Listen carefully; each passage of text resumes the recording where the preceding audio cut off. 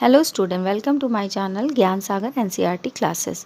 Today हम discuss करने जा रहे हैं हमारी बिहाइव बुक की poem number 7 the duck and the kangaroo, written by Edward Lear. इस पोएम में डक और कंगारू दो कैरेक्टर हैं, उनमें क्या आपस में बातचीत होती, क्या कन्वर्सेशन होता है, उसके बारे में इस पोएम में बताया गया है। डक कंगारू से क्या कहती है और कंगारू उसके बारे में क्या क्या रिप्लाई करता है, उसके बारे में इस पोएम में बताया गया है।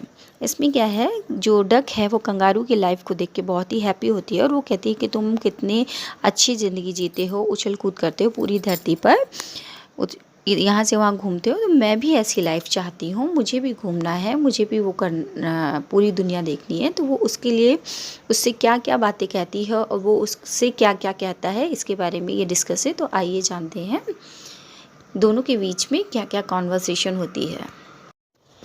Said the duck to the kangaroo, good gracious how you hope। मतलब क्या, डक जो है कंगारू से कहता है good gracious how you hope. मतलब ग्रेशियस मतलब वो बहुत ही सरप्राइज होता है, चौंक जाता है, जैसे ओ माय गॉड बहुत अच्छे, ओ माय गॉड तुम कितना अच्छा उछल कूद करते हो, यहाँ से वहाँ उछल कूद मचाते हो।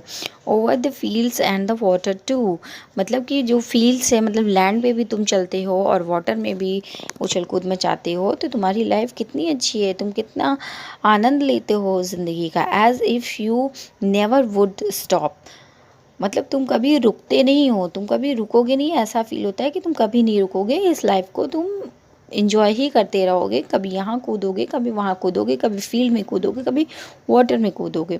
माई life is bore in this nasty pond. Nasty यानी गंदे, मेरी जो ज़िंदगी है वो तो इस गंदे तालाब में ही नष्ट होती जा रही है। मतलब मैं बहुत बोर हो चुका हूँ इस लाइफ से, इस गंदे तालाब से मैं बहुत ही बोर हो चुका हूँ। And I long to go out in the world beyond, और मैं इस गंदे तालाब से हटकर पूरी दुनिया को देखना चाहता हूँ, मैं पूरी दुनिया का भ्रमण करना चाहता हूँ, मैं इस संसार को देखना चाहता हूँ इस तालाब से निकलकर। I wish I could hop like you, मैं ये आशा करता हूँ कि मैं तुम्हारी तरह, मेरी इच्छा है कि मैं तुम्हारी तरह उछल कूद करूँ, यहाँ से वहाँ, जैसे लैंड में भी करूँ और वाटर में भी करूँ, पूरे संसार को देखूँ, मैं ऐसी इच्छा रखता हूँ। Said the duck to the kangaroo, जो डक होता है वो कंगारू से ये बात कहता है। Please give me a ride on your back, कृपया मुझे अपनी कमर पर बिठा लो। Said the duck to the kangaroo, जो डक है वो कंगारू से ये बात बोलता है, कहता है I would sit quite still and say nothing but quack the whole of the long day through. मैं एकदम शांत बैठूंगी, मैं एक शब्द भी नहीं बोलूँगी, और अगर मैं बोलूँगी सारा दिन, अगर बोलूँगी तो सिर्फ क्वैक क्वैक ही बोलूँगी, इसके सिवा मैं एक शब्द भी नहीं बोलूँगी। तो आप मुझे अपने बॉडी पे बैठा लें, मैं कुछ भी नहीं, आपको बिल्कुल परेशान नहीं करूँगी, बिल्कुल क्वाइट रहूँगी। And we'd go to the Dee and the Jelly Bo Lee over the land and over the sea, और हम डी और जेली बोली भूमि पर और समुद्र के ऊपर जाएंगे। ठीक है, please take me a ride O do, said the duck to the kangaroo, कृपया मुझे अपनी सवारी बना लो या अपनी पीठ पर बैठा लो, मुझे कहीं ना कहीं ले चलो, मुझे ये पूरा संसार दिखा दो। Said the duck to the kangaroo, वो बत्तख जो है वो कंगारू से ये बात कहता है। Said the kangaroo to the duck, अब क्या होता है, जो अभी तक डक कंगारू से कह रहा था, अब क्या कंगारू डक से कहता है, क्या कहता है, this requires some little reflection, मुझे कुछ सोचने की आवश्यकता है। रिफ्लेक्शन यानी कुछ सोचना पड़ेगा, जो बात कह रहे हो उसके लिए मुझे थोड़ा टाइम चाहिए। Perhaps on the whole it might bring me luck, हो सकता है ये मेरे लिए सौभाग्य की बात हो, सौभाग्यशाली हो।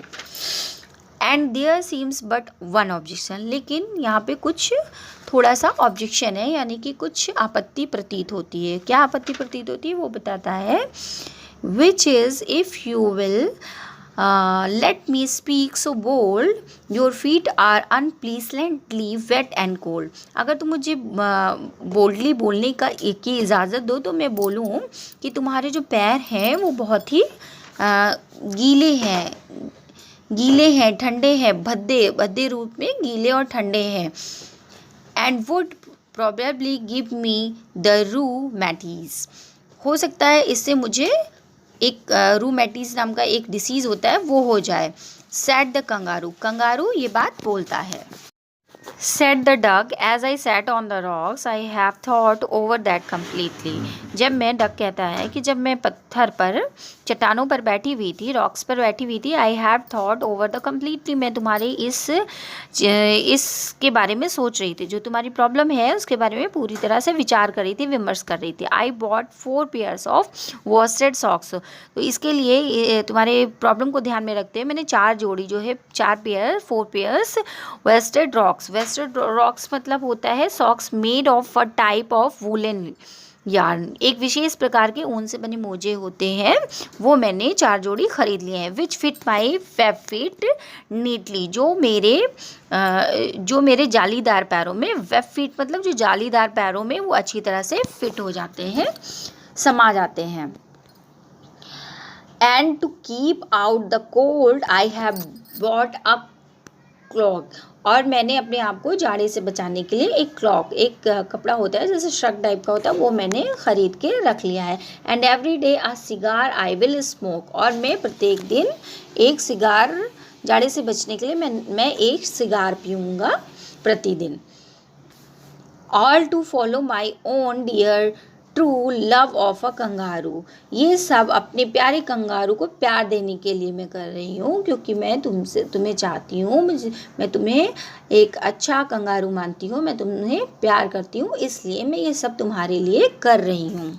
Sad the kangaroo I am ready, kangaroo कहता है मैं तैयार हूँ, मैं तुमको ले चलने के लिए तैयार हूँ। ऑल इन द मूनलाइट पे, फिर वो जो यात्रा है मूनलाइट मध्य रात्रि में, चांदनी रात में स्टार्ट करते हैं। But to balance me well, लेकिन जो है तुम संतुलन सही बना रहे प्यारे duck, dear duck, sit steady, मतलब तुम्हारा जो संतुलन है वो सही बना रहे, स्थिर बना रहे, तो इसलिए प्यारे डक तुम स्थिर अवस्था में बैठना, स्टेडी मतलब स्थिर अवस्था में बैठना। And quite at the end of my tail, और तुम मेरी पूंछ के एकदम अंतिम सिरे पर बैठना। So away they went with a hop and a bond, इसलिए वे उछलते कूदते दूर चले गए और वे फुदक कर दूर चले गए। And they hopped the whole world 3 times around, और वे फुदक कर 3 बार संसार के चारों ओर चक्कर लगाए। उन्होंने कितनी बार? 3 बार चक्कर लगाए संसार के चारों ओर। And who so happy, O who as the duck and the kangaroo, और ये कह पाना बहुत ही मुश्किल है कि कौन बहुत ज़्यादा हैप्पी था, as the duck and the kangaroo, kangaroo या डक। क्यों? क्योंकि दोनों ही बहुत खुश थे, दोनों ही बहुत खुश थे, तो ये कहना बहुत ही मुश्किल है कि कौन ज़्यादा खुश था, कंगारू या डक। तो इस पोएम में देखिए पोएम होती है तो कहीं ना कहीं उसमें कोई मैसेज छिपा होता है, तो इसमें भी ये मैसेज है कि अगर हम अपनी बात किसी बड़े से, देखो कंगारू एक बड़ा एनिमल था और बतख बहुत छोटा सा था, लेकिन फिर भी उसने उसको अपनी बात से कन्विंस कर लिया। तो क्यों, कैसे कन्विंस कर लिया? बहुत ही पोलाइटली, और उसकी प्रॉब्लम को ध्यान में रख के उसने सारी चीज़ें कलेक्ट करी थी, इकट्ठा करी थी उसकी प्रॉब्लम। जैसे उसने कहा था ना कि तुम्हारे जो गंदे भद्दे पैर हैं, वो गीले पैर हैं, वो मेरे शरीर में एक डिसीज़ उत्पन्न हो सकती है। तो उसने क्या किए थे, 4 पेयर्स उसने मोजे खरीद लिए थे और एक श्रग खरीद लिया था। तो इसलिए अगर हम किसी को उसकी प्रॉब्लम को समझते हुए बहुत ही पोलाइटली से किसी से कोई बात कहेंगे तो बड़े से बड़ा इंसान भी कन्विंस हो जाएगा। इसमें हमें ये मैसेज मिलता है।